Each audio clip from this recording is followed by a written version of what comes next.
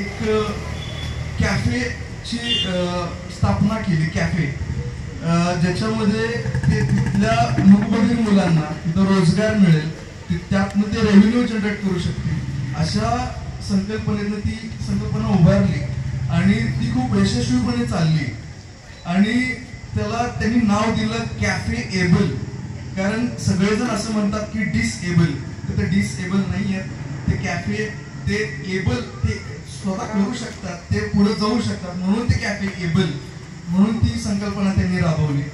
दुसरी गोष्ट मी बघितली, पुण्यासारख्या ठिकाणी जिथं इशारा नावाचं एक रेस्टॉरंट आहे, ज्यामध्ये सगळेच मूकबधीर विद्यार्थी आणि विद्यार्थिनी तिथं जॉब करतात, त्यांचा उदरनिर्वाह करतात.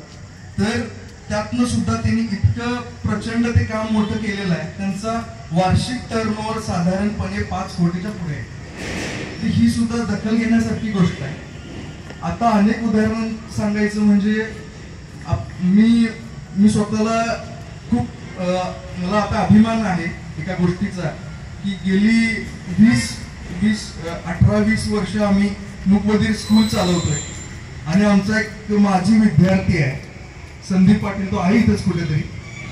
तर तो सुद्धा आज त्यांनी एक काजूवरती प्रक्रिया करणारी त्यांनी फॅक्टरी काढलेली आहे आणि आज तो खूप चांगल्या पद्धतीनं त्यातनं रेव्हेन्यू जनरेट करते.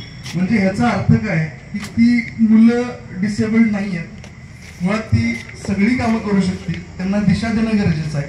आणि अशा पद्धतीनं आपण जर त्यांना दिशा देत गेलो, असे कार्यक्रम ऑर्गनाईज करत गेलो आणि त्यांच्यासाठी काही वर्कशॉप्स अवेलेबल करून देत गेलो, तर ही मुलं सुद्धा खूप चांगल्या पद्धतीनं पुढे जाऊ शकतील. आणि ह्यांना सुद्धा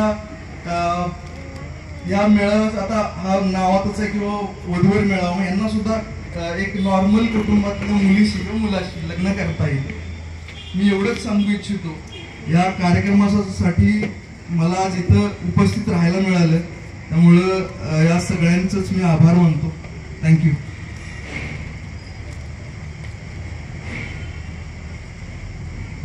धन्यवाद तुषार पाटील सर. त्याच्यानंतर आमचे गुरुवार चिंचने मॅडम पब्लिकच्या वतीने 2 शब्द बोलायचे. काय वाटलं इथं बोलवलं?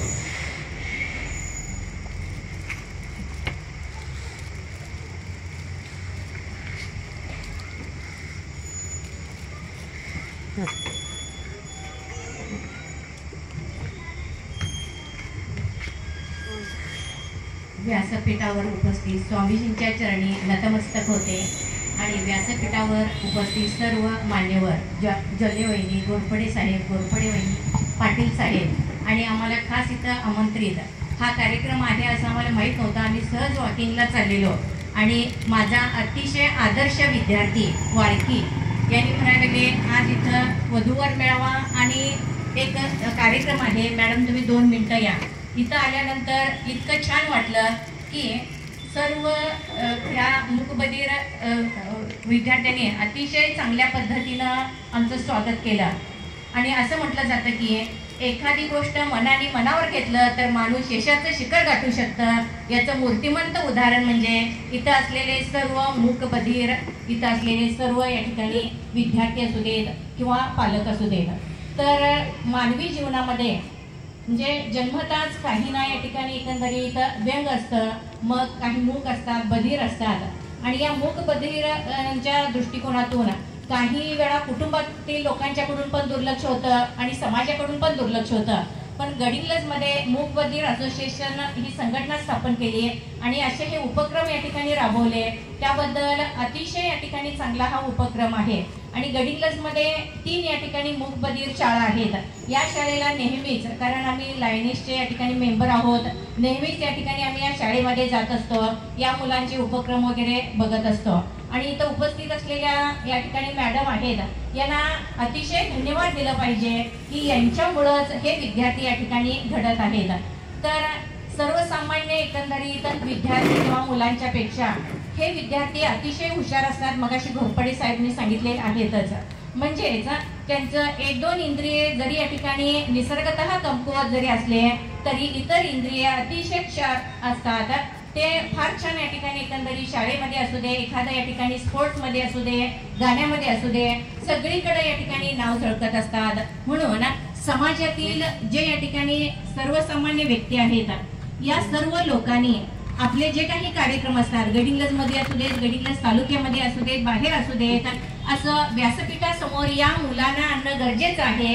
या मुलांना सर्वसामान्य लोकांच्या प्रवाहामध्ये आणणं गरजेचं आहे. आज या ठिकाणी हा जो कार्यक्रम केलेला आहे, हा कार्यक्रम फारच छान आहे. उद्या या ठिकाणी वधूवर मेळावा आहे.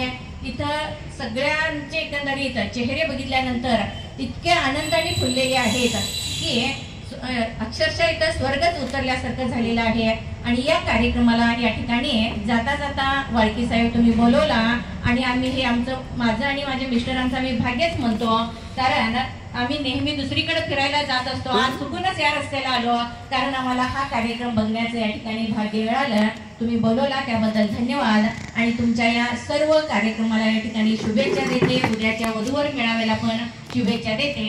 आणि त्याचबरोबर या मूकबधीर असोसिएशनच्या संदर्भात जे काही कार्यक्रम असतील, जे काही उपक्रम असतील, त्याला जी काही मदत लागेल ती मदत आम्ही या ठिकाणी द्यायला तयार आहोत. धन्यवाद.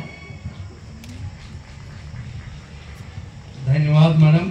मी खरोखरच भाग्यवान आहे तुमच्याकडे शिकून असं मला ह्याचं कार्य करायचं हे मिळालं. असंच मला तुमचा आशीर्वाद आणि गुरुवारांचे आशीर्वाद मला लाभू दे हीच मी ईश्वरचरणी प्रार्थना करतो. आता दोन मिनिट आणि ज्वल्यवाहिनी आणि 2 मिनिट काहीतरी सांगणार ते उदाहरण तेवढं ऐकूया, मग आणि हे करतो.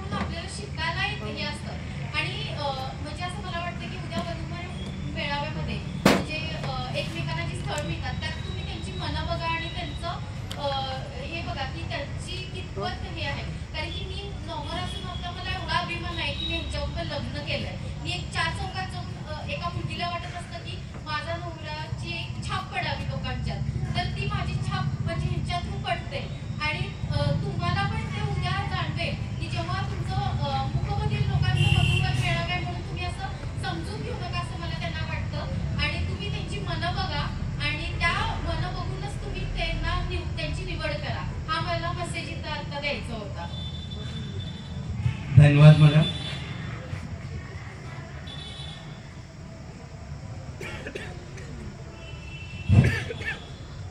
आता सगळ्यांची भाषणं झाली.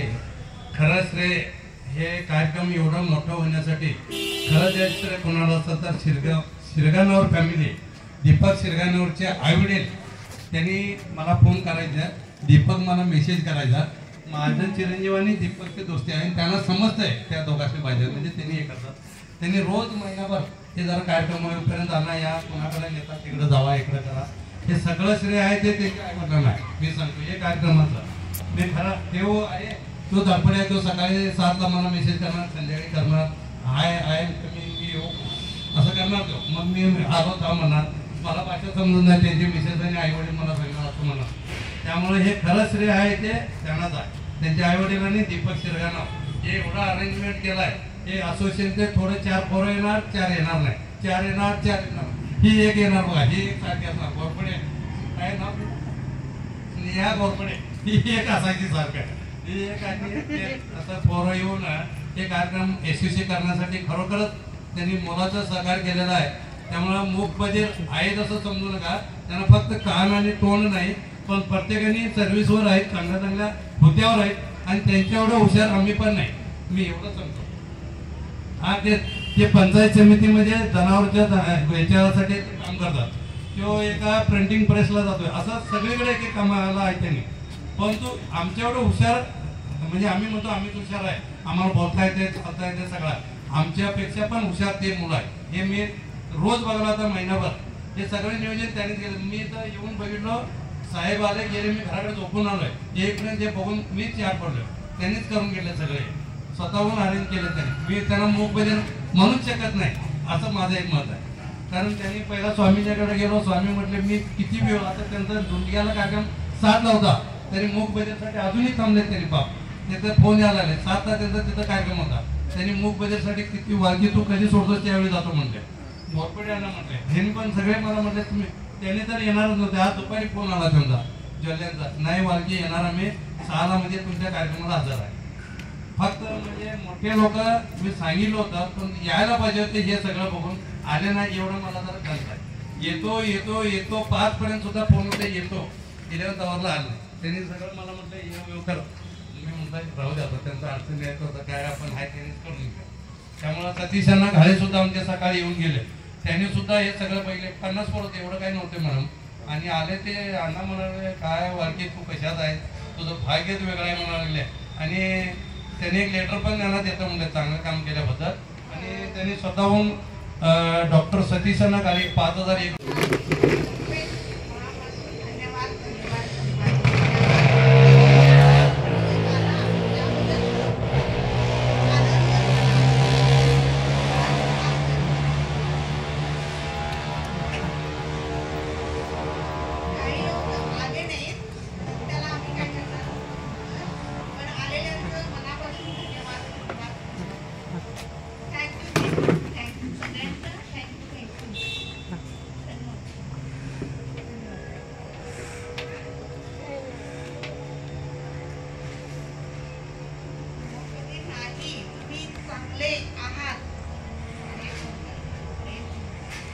Thank you.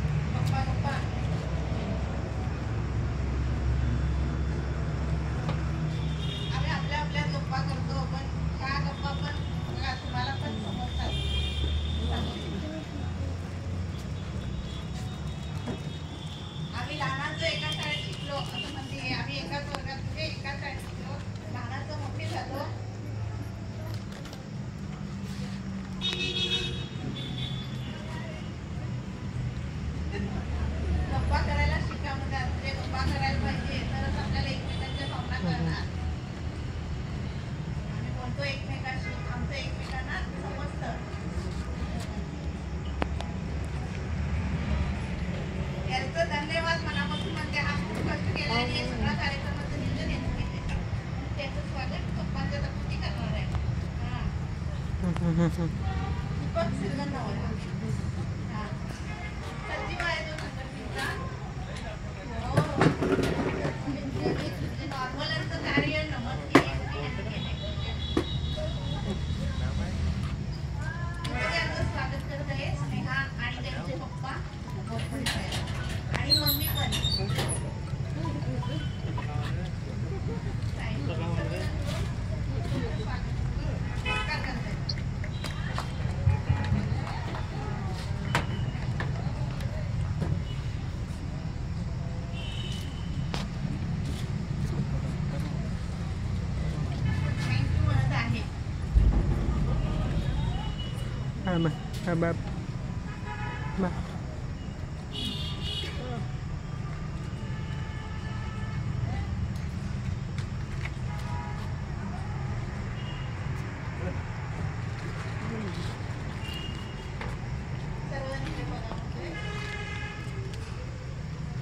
Ah.